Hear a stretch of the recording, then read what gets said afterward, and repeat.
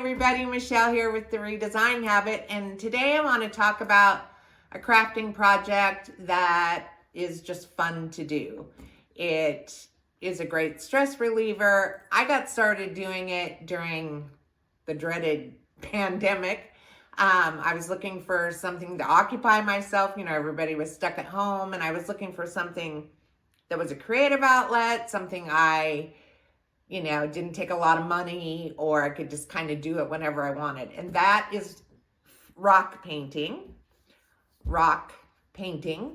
I know there's tons of videos on YouTube and online, very explicit directions on how to make crazy exacting patterns. That's not what I'm talking about. I'm talking about it more from just a fun standpoint, a therapeutic standpoint. I like to just freehand stuff. I am not an artist. I'm not going to have realistic looking things appear on my rocks because that is not my forte. But it's still a lot of fun. It's something anybody can do. My 4-year-old granddaughter, Anya, and I did some of it this year at Christmas, which was fun. And so from, as young as they can color to any age, really.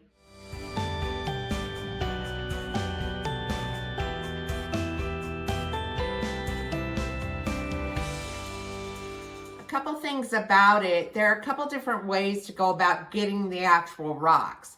Now, when I first started doing it, I literally went outside my front door and there were a bunch of river rocks that the people previous to us in this house had used in the side garden and things like that.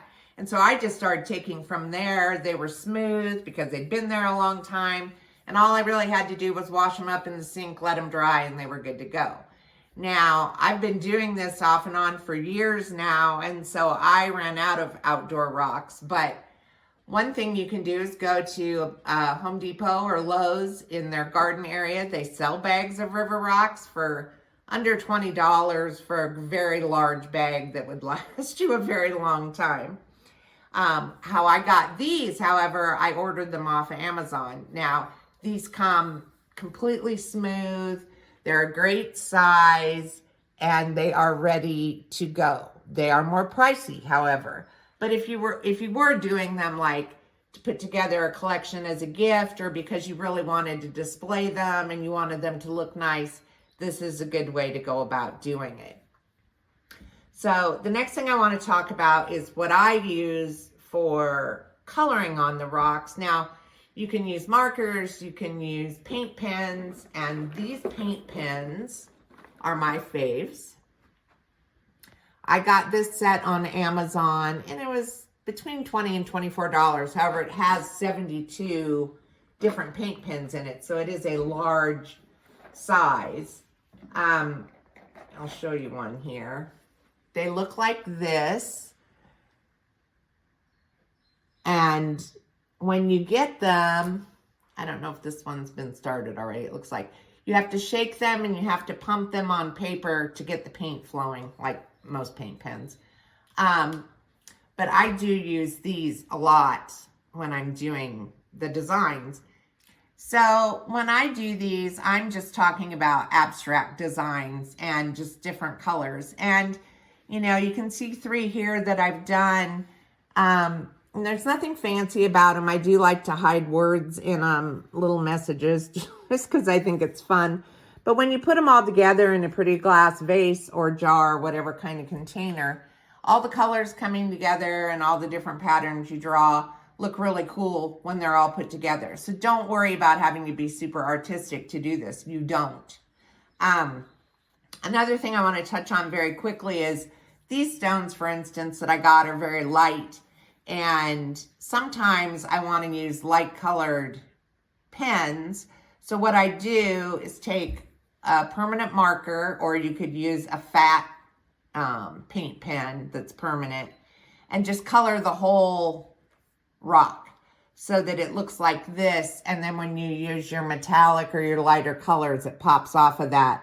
Whereas if I were trying to use these lighter colors on the lighter rock, you wouldn't be able to see it very well. So I'm just going to draw a little bit on one of these just to kind of show you how it flows. Let me test this here and make sure it's gonna, okay. So we'll see how well this shows up on here. I'm not sure. But anyway, when I start doing this, I just start kind of making patterns. And I just kind of go around. I kind of do whatever floats my boat. And then I just kind of start to fill it in. And after I've got it filled in the way I want it, whether it's with the same color or with a different color, I move on to the next part of the design. And I just keep attaching to what I've started. You know, that's why I said you can do any kind of pattern. You could do leaves, you could do flowers, you could do just abstract looking shapes. It doesn't have to be anything in specific, you know, that's a specific thing. And what's fun about it is it will turn into something as you go. I promise. It doesn't look like it's going to, but in the end, it will turn into something that looks pretty cool, and I think you'll be surprised.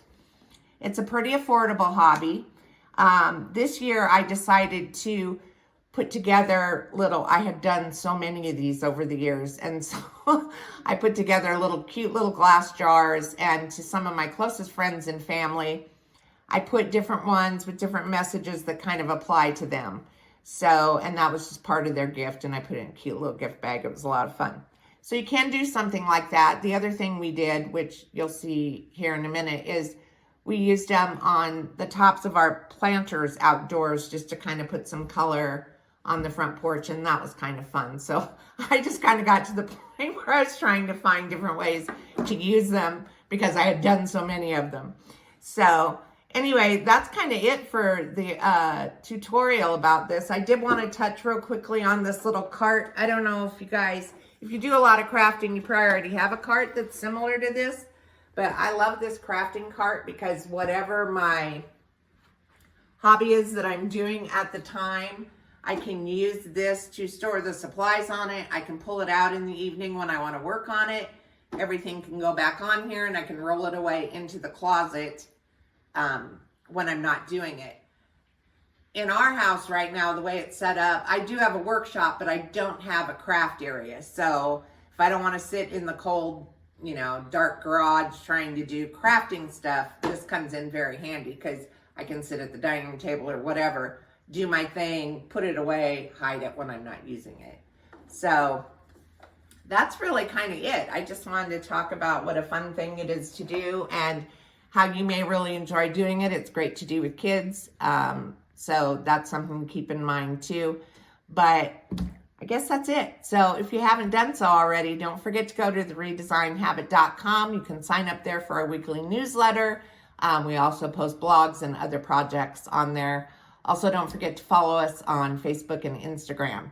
And if you haven't done so already, please hit the thumbs up button on this video and please subscribe to the channel on YouTube. That is it for this one. I hope you guys, if you do try it, please send pictures. We'd love to share them or see them. And that's it for this one, guys. I'll see you in the next one.